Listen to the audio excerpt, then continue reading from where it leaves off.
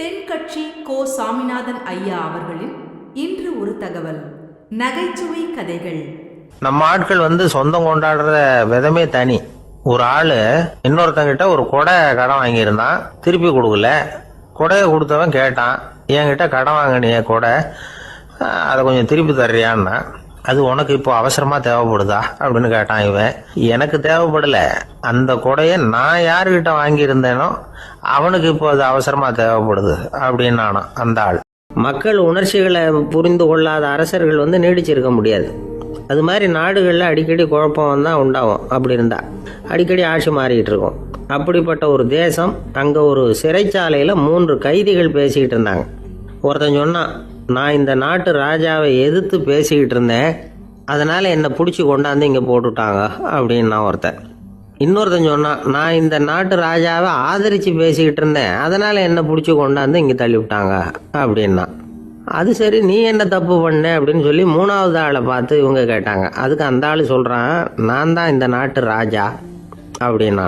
ஒரு ஆள் இருந்தான், நிறைய பணம் சம்பாதிச்சான், ஆனால் செலவு பண்ண மனசு வரல, கருமி. அவன் என்ன பண்ணா, சேர்த்த பணம் பூராவையும் ஒரு மரத்தடியில் புதைச்சி வச்சிருந்தான்.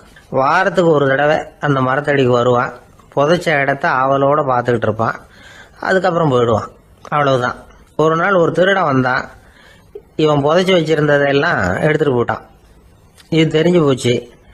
அந்த கருமி புலம்ப ஆரம்பிச்சிட்டான். இவன் புலம்பலை கேட்டதும் அக்கம் பக்கத்தில் இருந்தவங்கெல்லாம் ஓடி வந்தாங்க. என்ன விஷயம்னு விசாரிச்சாங்க. இவன் சொன்னான். ஒரு பெரியவர் கேட்டார், ஏப்பா வாரம் இந்த இடத்த பார்க்கறதாக சொன்னியே, எப்போவாவது இதில் இருக்கிற பணத்தை எடுத்து செலவு பண்ணியிருக்கியா அப்படின்னு கேட்டார். நான் அப்பப்போ அதை பார்க்கறது தான் வழக்கம், அதை தொட்டதே இல்லைன்னு அவன். சரி அப்படின்னா இப்போவும் நீ அதே மாதிரி வாரம் ஒரு தடவை இந்த இடத்த பார்த்துட்டு போகலாமே அப்படின்னாராம் அந்த பெரியவர். அதுவும் சரிதானே, எவ்வளவு காலமானாலும் அவன் அந்த பணத்தை எடுத்து செலவு பண்ண போறதில்ல. அப்படி இருக்கிறப்ப உள்ளே பணம் இருந்தாலும் ஒன்று தான், இல்லாமல் போனாலும் ஒன்று தான். இதிலிருந்து என்ன புரியுதுன்னா, ஒருத்தர்கிட்ட இருக்கிற பணத்தை கொண்டு அவர் பணக்காரரா ஏழையா அப்படின்னு முடிவு செய்கிறது சரியில்லை. அந்த செல்வத்தை அனுபவிக்கிற திறன், பயன்படுத்துகிற திறன், அதை வச்சு தான் அவர் ஏழையா பணக்காரரா அப்படிங்கிறத நிர்ணயம் பண்ணணும். அதுதான் சரி. செலவு பண்ண தெரியாதவன் சேகரம் பண்ணிகிட்டே இருக்கிறதுனால என்ன பிரயோஜனம்? தலைமுடியே இல்லாதவன் தாராளமாக சீப்புகளை வாங்கி சேகரம் பண்ணுறது மாதிரி தானே இது. சில சமயம் செலவு பண்ண நாம் தயாராக இருந்தால் கூட அந்த செல்வம் நமக்கு பயன்படுறதில்ல. அரேபியாவில் ஒரு நகை வியாபாரி விலை உயர்ந்த முத்துக்களை எல்லாம் அவர் வச்சு வியாபாரம் பண்ணிகிட்டு இருந்தார். அவர் ஒரு சமயம் ஒரு பாலைவனம் வழியாக போயிட்டு இருக்கிறார் ஒட்டகத்தில். அப்போ திடீர்னு கடுமையான புயல் வீச ஆரம்பிச்சுட்டுது. திசை தவறி இவர் எங்கேயோ வந்துட்டார். கூட வந்தவங்களையும் காணலை, எங்கே போனாங்களோ தெரியல. இவர் ரொம்ப பயந்து போய் அங்கேயும் எங்கேயுமா அலைஞ்சு திரியிறார். வழியே தெரியல. பசி கடுமையாயிட்டுது. ஒட்டகத்து முதுகில் ஒரு மூட்டை இருந்தது, அதை பிரித்து பார்த்தார். உள்ளே ஏதாவது இருக்கான்னு தேடி பார்க்குறார். அது வரைக்கும் கண்ணில் தட்டுப்படாத அபூர்வமான ஒரு பை கண்ணில் பட்டுது. ஆஹா, அதில் ஏதாவது சாப்பிட்றதுக்கு இருக்கும் அப்படின்னு நினச்சி ஆவலாக அதை பிரித்து பார்க்குறார். அந்த பையில் விலை உயர்ந்த முத்துக்கள் நிறைய இருந்துதான். அப்போ தான் அவர் நினச்சாராம், விலை உயர்ந்த முத்துக்கள் கூட சாப்பிட்றதுக்கு உணவாக முடியாது அப்படிங்கிறத புரிஞ்சுக்கிட்டாராம். எந்த நேரத்தில் எது நமக்கு தேவையோ அது நமக்கு தாராளமாக கிடைக்கணும். அப்படி அது கிடைக்கிறதுக்கு நம்மக்கிட்ட இருக்கிற செல்வம் பயன்படணும். அது நமக்கும் பயன்படலாம், நம்ம மூலமாக அடுத்தவங்களுக்கும் பயன்படலாம். அதுதான் செல்வத்தின் பயன். ஒரு மரத்தடியில் ஒருத்தன் உட்காந்து அழுதுகிட்டு இருந்தான். அந்த பக்கமாக வந்த இன்னொருத்தன், ஏப்பா அழுதுகிட்டு இருக்கிறேன்னு கேட்டான். இந்த இடத்துல தான் பூமிக்கு அடியில் பணம் இருக்குது, புதைச்ச இடம் தெரியல, அதான் அழறேன் அப்படின்னா. நல்லா ஞாபகப்படுத்தி பாரு, எந்த இடத்துல புதைச்ச அப்படின்னு கேட்டான் இவன். அது எப்படி எனக்கு தெரியும், புதைச்சி வச்சிருக்கிறவன் நான் இல்லையே, எங்கள் எழுத்து விட்டுக்காரன் அப்படின்னானா இவன். சில பேரை இப்படி சொல்கிறது உண்டு, அடுத்தவங்களை அனுசரித்து நடந்துக்க தெரியல, அவன் என்ன சார் மனுஷன் அப்படிம்பாங்க. சக மனிதர்களோட எப்படி பழகிறது அப்படின்னு தெரியாததுனாலேயே பல பேர் இன்னைக்கு சங்கடப்பட்டுக்கிட்டு இருக்கிறாங்க. வசதி வாய்ப்பெல்லாம் சரியாக இருக்கும், ஆனால் வாழ்க்கை சரியாக இருக்காது. இன்னொருத்தர்கிட்ட எப்படி பேசுறது பழகிறதுங்கிறது தெரியாததுனால தான் இந்த அவஸ்தை. சரி, இந்த அவஸ்தை இல்லாமல் வாழறது எப்படி? இதுக்கு அனுபவசாலிகள் சில வழிமுறைகளை சொல்றாங்க. அதெல்லாம் என்னென்னங்கிறத இப்போ தெரிஞ்சுக்குவோம். முதல்ல நம்ம நாக்கு நம்ம கண்ட்ரோலில் இருக்கணும். வார்த்தைகளை கொட்டி விட்டு அதுக்கப்புறம் அள்ள முடியாமல் கடந்து கஷ்டப்படக்கூடாது. எப்படி பேசுகிறோங்கிறதும் முக்கியம். பேசுகிறப்ப எப்படி முகத்தை வச்சிருக்கிறோங்கிறதும் முக்கியம். அன்பாக பேசினாலும் நல்லா இருக்கும். அப்படி பேசுகிறப்ப ஆதரவாக அவர் தோள் மேலே ஒரு கையை போட்டுக்கிட்டு பேசினா இன்னமும் நல்லா இருக்கும். ரெண்டாவது விஷயம், இன்னொருத்தர்கிட்ட பேசுகிறப்ப வாக்குறுதிகளை அள்ளி வீசக்கூடாது. கொடுக்குற வாக்குறுதி குறைச்சலாக இருக்கணும். அப்படி கொடுத்த வாக்குறுதியை கண்டிப்பாக நிறைவேற்றணும். நாம் ஒருத்தரை பாராட்டுறோம் அல்லது அவரை பற்றி அபிப்பிராயம் சொல்கிறோம்னா அது ஆக்கப்பூர்வமாக இருக்கணும். நம்ம பாராட்டு அல்லது விமர்சனம் அடுத்தவருடைய முன்னேற்றத்துக்கு உதவுறது மாதிரி இருக்கணும். நாம் சொல்கிறத கேட்டுட்டு அவன் தலையில் கையை வச்சுட்டு உட்காந்துடக்கூடாது. எப்பவும் உற்சாகமாக இருக்கணும், முகம் மலர்ச்சியாக இருக்கணும். மனுஷன் இருந்தால் வருத்தம், கவலை, ஏமாற்றம் எல்லாம் இருக்க தான் செய்யும். அதெல்லாம் மனசில் இருக்கட்டும். அந்த வருத்தமும் கவலையும் ஏமாற்றமும் சேர்ந்துக்கிட்டு நம்ம முகத்தில் இருக்கிற மலர்ச்சியை மூடி மறைக்கிறதுக்கு நாம் இடம் கொடுத்துடக்கூடாது. எந்த விஷயத்தை பற்றி யாருக்கிட்ட பேசினாலும் வெளிப்படையாக பேசணும். திறந்த மனசோட பேசணும். மூடி மறைச்சி முன்னு மூழ்கிக்கிட்டு இருக்கக்கூடாது. இன்னொருத்தர்கிட்ட பேசுகிறப்போ விவாதம் பண்ணுங்க, அது தப்பு இல்லை. ஆனால் வாதாடிக்கிட்டு இருக்கக்கூடாது. அதாவது என்ன சொல்கிறாங்கன்னா, டிஸ்கஸ் பண்ணலாம், ஆர்கியூ பண்ணக்கூடாதான். நம்மக்கிட்ட இருக்கிற நல்ல குணங்களை நாம் எடுத்து சொல்லிகிட்டு இருக்கக்கூடாது. அந்த நல்ல குணங்களே நம்மளை பற்றி எடுத்து சொல்லணும். அது மாதிரி நடந்துக்கணும். அதே மாதிரி அடுத்தவங்க கிட்ட உள்ள கெட்ட குணங்களை பற்றி அவசியம் இல்லாமல் நாம் பேச வேண்டியதில்லை. உங்களை பற்றி யாராவது தப்பாக பேசுகிறாங்களா, அப்படி அவங்க பேசுகிறதுல உண்மை இல்லையா அப்படின்னா அதை நீங்கள் பொருட்படுத்த வேண்டியதில்லை, விட்டுடலாம். அது தானாக போயிடும். ஒரு 4-5 பேரோட பேசிக்கிட்டு இருந்தீங்கன்னா எல்லாருக்கும் முக்கியத்துவம் கொடுங்க.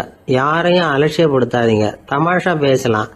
ஆனால் அவங்க தமாஷ் அடுத்தவங்களை கேலி பண்ணுறதா இருக்கக்கூடாது. நமக்கு கிடைக்க வேண்டியது கிடைக்கலையே அப்படிங்கிற தவிப்பு நம்மக்கிட்ட இருக்கக்கூடாது. அது தேவையில்லை. உங்கள் செயல்பாடுகள் தெளிவாக இருக்கட்டும். பாராட்டு தானாக அவங்கள தேடிட்டு வரும். இன்னொரு மனுஷனுடைய மனசில் கௌரவமான ஒரு இடத்த பிடிக்கணும்னா நாம் இந்த குணத்தையெல்லாம் நம்மக்கிட்ட வளர்த்துக்கணும். இதெல்லாம் அனுபவசாலிகள் சொல்லியிருக்கிற குறிப்புகள். இந்த குறிப்புகளை சரியாக புரிஞ்சுக்கணும். அது முக்கியம். என் கூட படித்த ஒருத்தன் திடீர்னு ஒரு நாள் எல்லாருக்கும் அருள் வாக்கு சொல்ல ஆரம்பிச்சிட்டான். அவன் ஒரு ஆஃபீஸ்லேயும் வேலை பார்க்குறான். ஆஃபீஸில் உள்ளவங்கெல்லாம் அவங்ககிட்ட அருள் வாக்கு கேட்கறது வழக்கம். ஒரு நாள் நான் அவன் முன்னாடி போய் உட்காந்து பேசிக்கிட்டு இருந்தேன். அப்போ அதே ஆஃபீஸில் வேலை பார்க்குற ஒருத்தர் அவங்ககிட்ட சுவாமி, என் மேஜையில் வச்சுருந்த பேனா திடீர்னு காணாமல் போட்டுது, அது திரும்ப கிடைக்குமா எனக்கு அப்படின்னு கேட்டார்.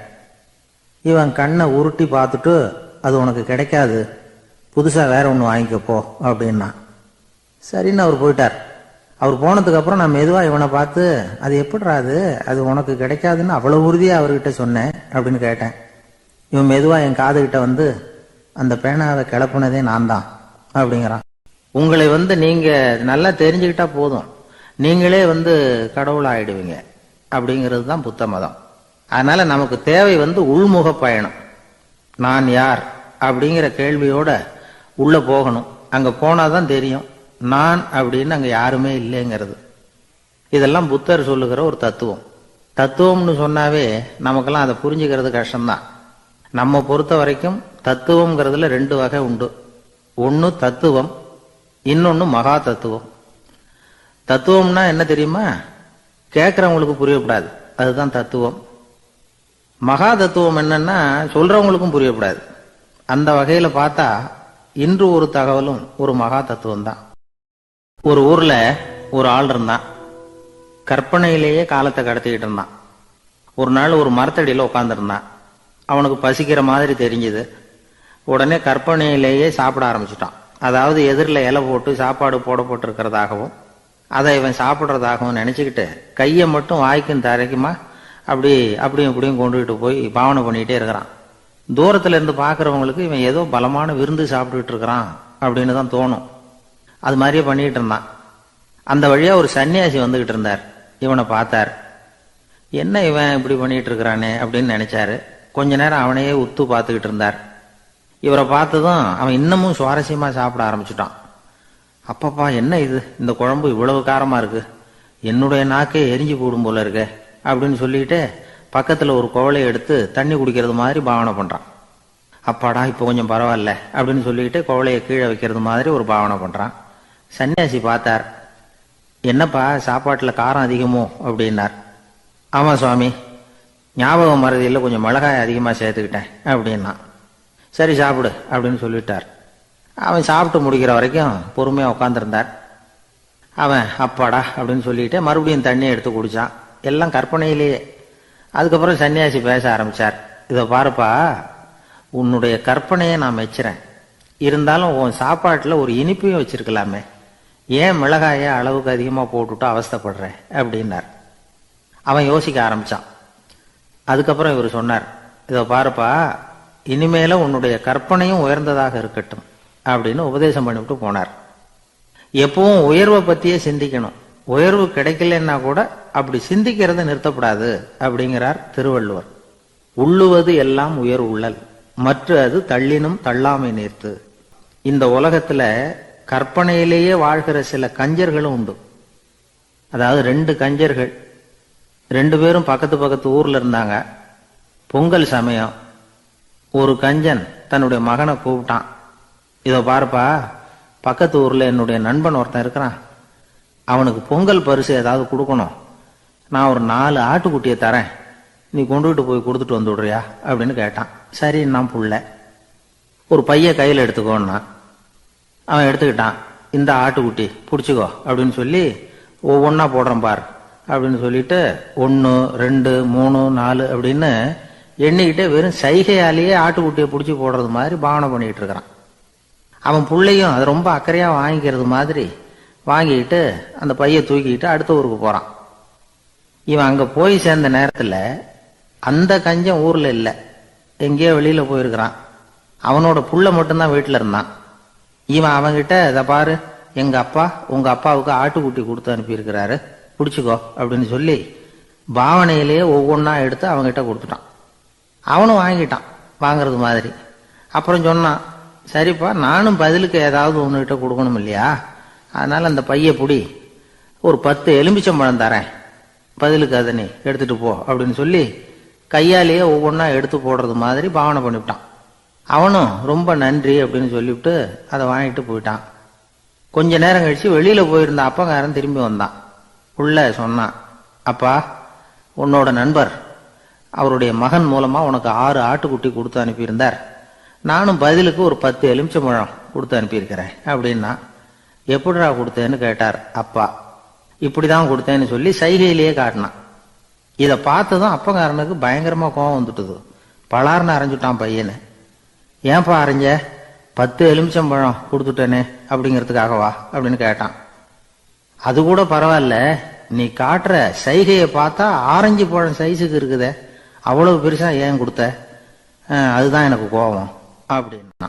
ஒருத்தன் யார்கிட்டையும் நண்பர்கள்ட்ட கேட்டான், ஒரு 100 ரூபா கொடுங்கடா, ஏதாவது தொழில் செஞ்சு பொழைச்சிக்கிறேன்னு. யாருமே கொடுக்கறதுக்கு ஆள் இல்லை, பரவாயில்ல. உடனே அவன் என்ன பண்ணா, சரி, மனிதர்கள் யாரும் நமக்கு உதவி பண்ண மாட்டேங்கிறாங்க, நமக்கு தேவை ஒரு 100 ரூபா, இது கடவுளுக்கே ஒரு லெட்டர் போட்டு பார்ப்போம், அவர் தானே எல்லாரையும் படைச்சார், அவர் கொடுக்குறாரா பார்ப்போம். ஒரு போஸ்ட் கார்டு வாங்கினான். போஸ்ட் கார்டை வாங்கி அதில், அன்புள்ள கடவுள் அவர்களுக்கு வணக்கம், எனக்கு மனிதர்கள் யாரும் உதவி செய்ய மாட்டேங்கிறாங்க, எனக்கு ஒரு 100 ரூபா இருந்தால் அதை வச்சு நான் பொழைச்சிக்குவேன், ஒரு 100 ரூபாயை எனக்கு அனுப்பி வைக்கும்படி கேட்டுக்கொள்கிறேன்னு போட்டு கையெழுத்து போட்டான். போட்டு அந்த பக்கம் திருப்பி அட்ரஸ் எழுதணும்ல, பெறுகிறவர் முகவரி உயர்திரு கடவுள் அவர்கள், அப்புறம் தெரு நம்பர், வீட்டு நம்பர், தெரு ஒன்றும் தெரியல. யோசிச்சான், கடவுள் அட்ரஸ் எப்படி கண்டுபிடிக்கிறது யோசிச்சு, சரி எல்லார் அட்ரஸும் போஸ்ட் மாஸ்டருக்கு தெரியும் அப்படின்னு சொல்லி கடவுள் கேரா போஸ்ட் மாஸ்டர் அண்ணாமலை நகர் சிதம்பரம்னு போட்டு விட்டான். அந்த போஸ்ட் மாஸ்டர் ஒரு நல்ல எண்ணம் படைச்சவர்.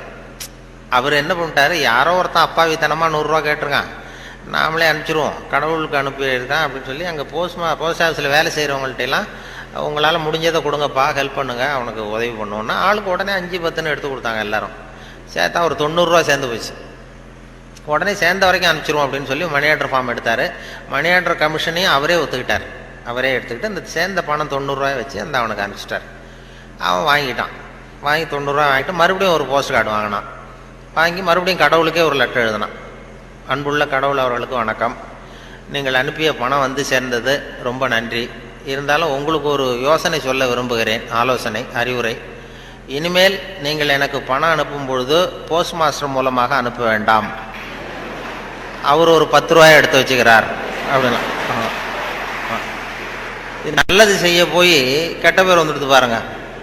இதான் நன்று ஆற்றல் உள்ளும் தவறுண்டு, நன்று ஆற்றல் உள்ளும் தவறுண்டு, அவரவர் பண்பறிந்த ஆற்றாக்கடை அப்படிங்கிறது அதான். இன்று ஒரு தகவல் நகைச்சுவை கதைகளை கேட்டு ரசித்தமைக்கு நன்றி.